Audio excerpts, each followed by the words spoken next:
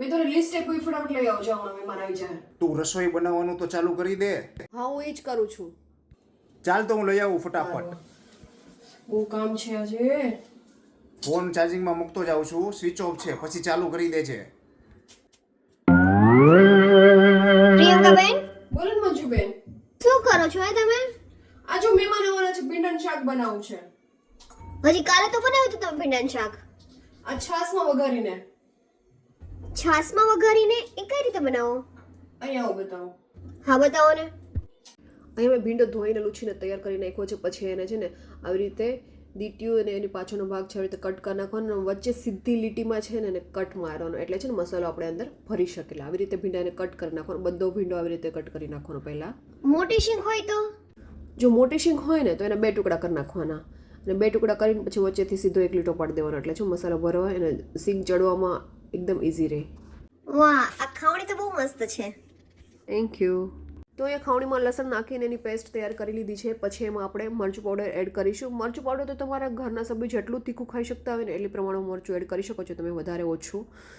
અને આવી રીતે મિક્સ કરીને એની પેસ્ટ તૈયાર કરી લીધી છે.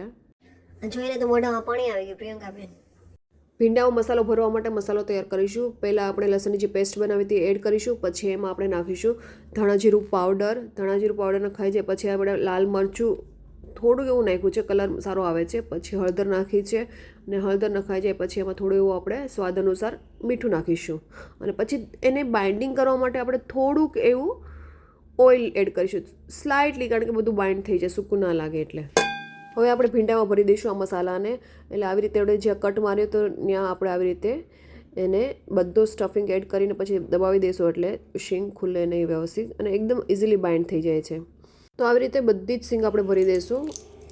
આવી રીતે બધી શીંગ ભરાઈ જાય પછી આપણે એક બાઉલની અંદર આપણે છાશ લઈશું. બસ તૈયાર શાક બનાવવાનું પ્રિયંકાબેન? હા, હવે શાક બનાવવા પડવાનું. આપણે પેનની અંદર તેલ લઈ લીધું છે ને તેલ ગરમ થઈ જાય એટલે આપણે એમાં ભીંડો જે ભરેલો હતો એને આપણે એડ કરી દઈશું. અને પછી આપણે ધીમે ધીમે એને હલાવી દઈશું, કારણ કે ભીંડો આપણે ભરેલો છે એટલે સ્ટફિંગ બહાર ના નીકળી જાય, એનું ખાસ ધ્યાન રાખશું. એટલે આપણે ધીરે ધીરે આપણે એને હલાવીશું. થોડા ટાઈમ પછી આપણે ચેક કરીશું.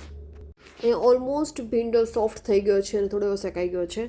ફાઇનલી એમાં હવે આપણે છાશ એડ કરી દઈશું આવી રીતે. અને ભીંડાની શીંગ ભરાતા જે મસાલો વધ્યો હતો ને એ પણ આપણે એડ કરી દઈશું, એટલે કલર સારો એવો આવી જાય. આવી રીતે છાશ નાખીને પછી આપણે 5 થી 10 મિનિટ સુધી રહેવા દઈશું, જ્યાં સુધી એની જે ગ્રેવી છે થીક ના થઈ જાય. એટલે હું વધારે બનાવું છું, કારણ કે કિડ્સને ભાખરીની અંદર ચોળીને ભાવે છે, એટલે હું આવી રીતે એની ગ્રેવી વધારે બનાવું છું. તો તમે ધારો તો એની ગ્રેવી બહુ જ થોડી એવી છાશ નાખી શકો. હા, જોવામાં એટલું મસ્ત લાગે છે પ્રિયંકાબેન.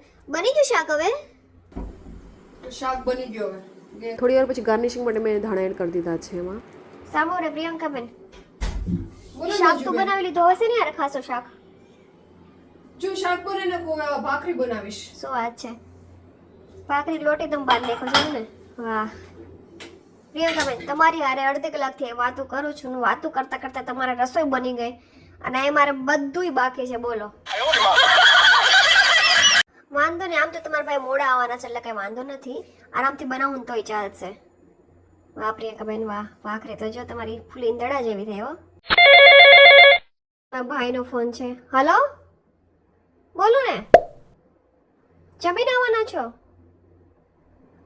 સારું, તો પ્રિયંકાબેન ઘરે છો તો એની ઘરે હું થાળી લઈ લઈશ. હાલો ને.